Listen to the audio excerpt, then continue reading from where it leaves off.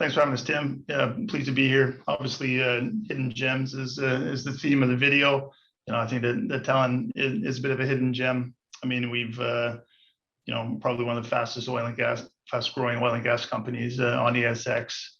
3 years ago we had a market cap of 3 million, and currently sitting at 107 million. So we've had some tremendous growth, and that's really on the back of some excellent assets, which I'm pleased to talk to. So next slide, please. And again, all right. So our market cap's over $107 million. We are well funded with a cash balance of $16.1 million. That's on the back of our last raise, which was a couple months ago. So we're fully funded and have a strong capital position to fund development of our sequence portfolio, right? So we do have quite an accomplished board and management team. Notably, we've added Greg Columbus as our non-executive chairman earlier in the month, and some investors might know Greg from his last role as non-executive chairman at Colby Energy, and he's part of a team that crystallized a lot of value there. So very pleased to have Greg on board. Next slide. So our investment highlights are pretty simple, right? We have that imminent cash flow from wiring, which really sort of underpins the business, and then with that you can add a lot of exploration upside across our business, and really in the next sort of 6 months, all those catalysts are really sort of coming together. So it's an excellent time for Talon to be on your radar. Next slide, please. So what we're doing now is basically executing on our portfolio, right? Our foundations are built, our downside is de-risked. We've taken FID obviously and are coming into production, and there's significant growth imminent over the next few years. We have some exciting exploration targets which we hope to come in, but basically the portfolio is built to three assets in the Perth Basin, and then one in Mongolia, which is another very interesting project. But we think that our non-operated position gives us a very efficient business model. Next slide. So this just sort of talks to our net reserves and resource position. Obviously, in the exploration game, we have significant prospective resources, and in the last couple of years we've been really sort of moving that into contingent and proven, and that's really what we're here to do. Next slide, please.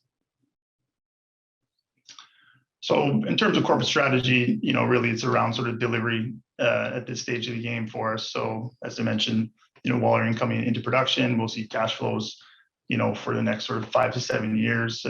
There's significant upside. EP 447 is the exploration permit that's linked to wiring. We hope to drill that in 2025, but there's some very sizable prospects there that can be tied back to the facility, and we're confident that there'll be a lot more gas coming into the facility in the near term. L7 is something that we've added just recently. We finalized that farm-in with Talon Energy, and New Zealand Oil and Gas are also in that as well. So that's L7 and EP 437. We hope to drill that sort of Q1, Q2 next year. It's looking like there's quite a bit of rig availability in the Perth Basin, and that's very advantageous to us. So Condor is our third prospect in the Perth Basin. We're waiting for Demirs to transfer that permit to us. We've actually had some good news come out of Demirs, and that looks closer and closer. But Talon will own 100% of that, and we'll be looking to advance that next year, and then drill it in 2025. So Gravantes, again, the other side of our portfolio right now, we're sort of in the middle of our pilot well. We've sort of drilled our first well in Lucky Fox 1 to total depth, and had a really good showing of 60 meters of coal there. So we'll continue to sort of work that in the next couple months with another two pilot wells, and then hopefully bring gas to surface a few months after that. So there will be a contingent exploration program to that. So it's pretty busy for us. Next slide, please. So, I mean, I think that anyone that's following the Perth Basin, I mentioned Warrego previously. You know, obviously Hancock was successful in the acquisition there, but you know, it has been a feverish sort of you know, last couple months, and a lot of eyes definitely on the Perth Basin because of you know, really it's probably, you know, one of the best oil and gas locations in the world. You know, there's pipelines all throughout the Perth Basin, and there's been, you know, prolific gas discoveries by a couple of people, right? So, you know, our entry into L7 and EP437 puts us sort of squarely in the mix. And you know, really there's sort of only three, call them independent companies left, and that's, you know, Strike, ourselves, and Triangle at different ends of the market. Next slide, please. So this just talks to Wallering a little bit.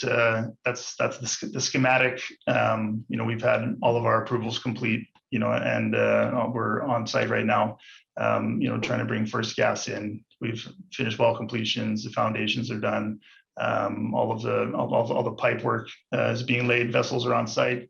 We've got chemical injection skid sort of on site as well, and the renewable power systems sort of just being commissioned. You know, we finalized well completions, and now we're going to put some downhole gauges in there. So things are moving pretty well, and you know, it's a relatively inexpensive gas production facility, and you know, due to its proximity to the APA pipeline, you know, we're able to build a facility in a cost-effective way.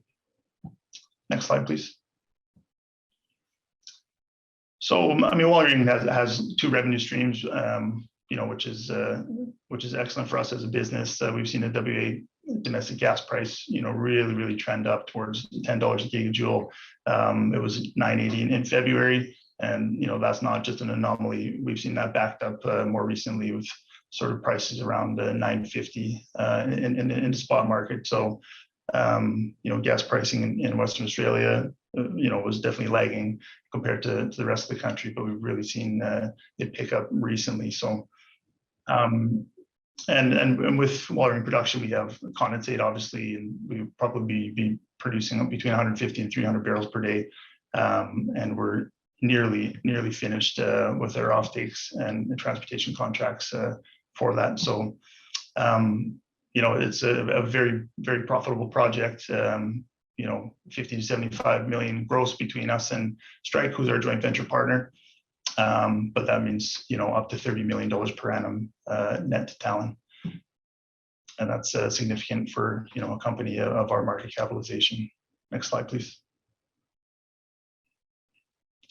I'll just talk quickly to this. I mentioned it earlier, right? But, you know, down on the bottom right there, you can see L23, which is the production license of Wallering. And basically EP447 is the associated exploration permit there that we share with Strike. And, you know, there's some pretty material leads there in terms of size. And, you know, again, you can see how close they are to the Wallering production facility. You know, there's significant sort of 3P upside already there, you know, that we hope to access. And then if we added, you know, those three prospects in EP447, you know, it could be a very long production life. Next slide, please.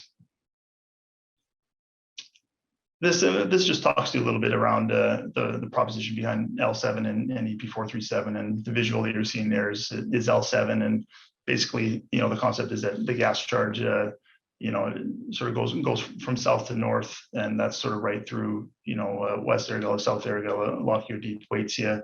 Our permit is immediately north of Waitsia and immediately west of Lockyer Deep, right? So, you know, this is probably, you know, the VIP postcode in the North Perth Basin, and you know, we're pleased to be working with Triangle and New Zealand Oil and Gas in developing it. Next slide, please. And Condor, you know, lastly, is our third asset in the Perth Basin.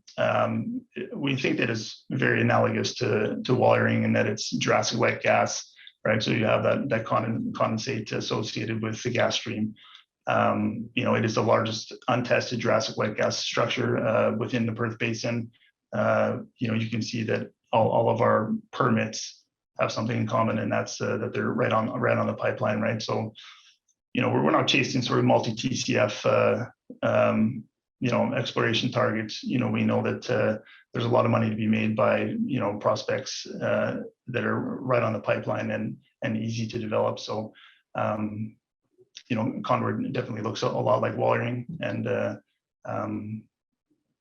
there's actually a lot of interest from partners trying to farm into it, but we're happy to keep it at 100% for now. So, next slide, please.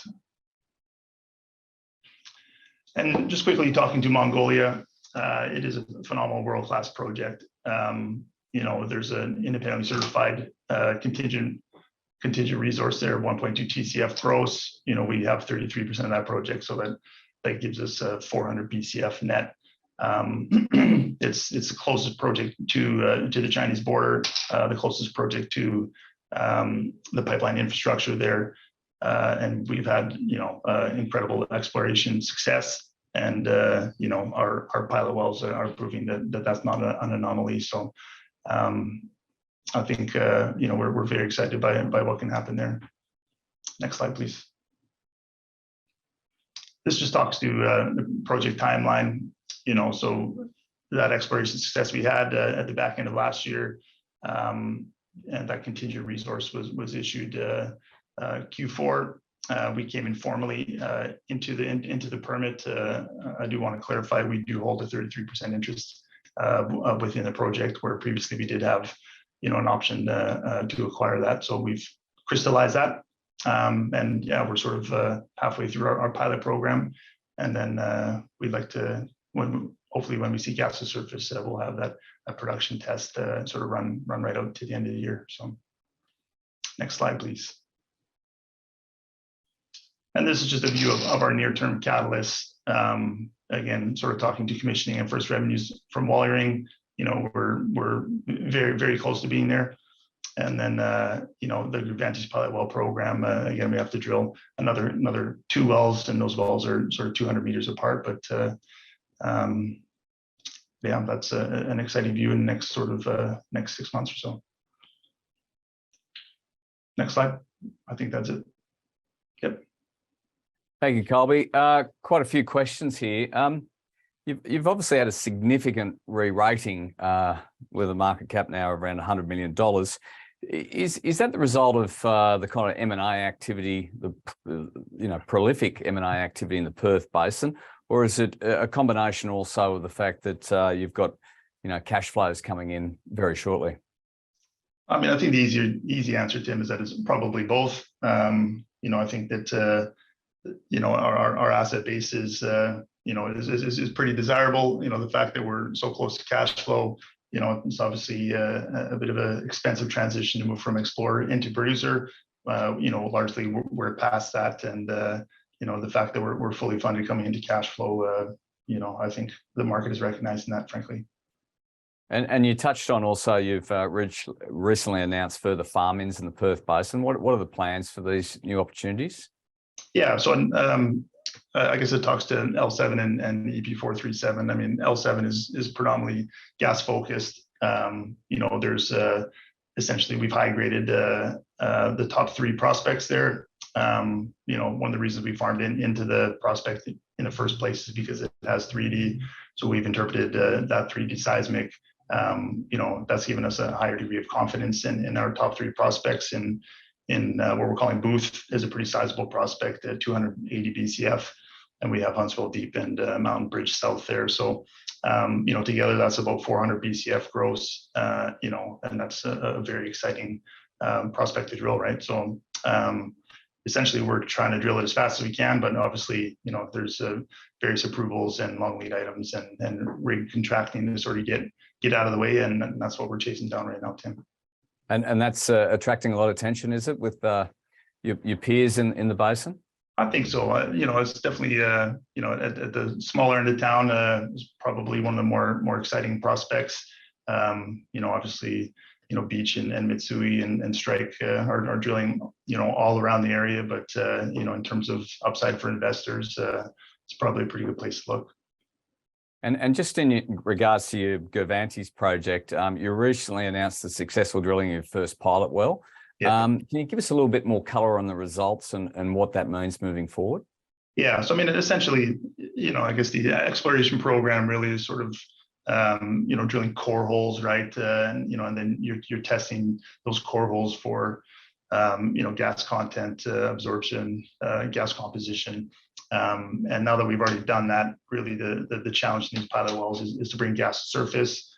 The project, being in the South Colby Basin, it is, basically like a desert. The total opposite of sort of Queensland and surrounding Bowen basins, really. So we don't expect a lot of water to be there. We'll drill the next couple wells, and then it shouldn't take long to sort of pump the water out and have gas to surface. So once we've done that, really we've proved the commerciality of the resource. And what's the infrastructure look like there in regards to existing infrastructure, or does it have to be put in place? Yeah, a little bit of both. I think it just depends on the scale of what we want to develop, right? I mean, there's some large scale mining operations all over the place, and in very close proximity, I should say. These guys want to bring gas into their energy requirement. That's probably the first cab off the rank. They need a lot of electricity as well, and we're working with our joint venture partner TMK and seeing what that looks like. Yeah, I mean, obviously to bring it into the Chinese market, there's a pipeline that's going to be required. I mean, there's some really serious opportunities here for you at the moment. What are the milestones you're hoping to reach before year's end? Yeah, I mean, definitely first gas is number one. When we officially move from explorer into producer, really there's only a handful of gas producers in Australia. So that is, that's a huge milestone for us. Gas to surface, obviously in Mongolia, another huge milestone. And then, I mean, frankly, yeah, when Condor transfers over to us, I see that as a milestone as well. So, yeah, pretty exciting looking down the rest of the year. It certainly looks that way. Colby, that's all we have time for. Really appreciate your presentation. We'll get you back on later in the year. Thanks very much, Tim.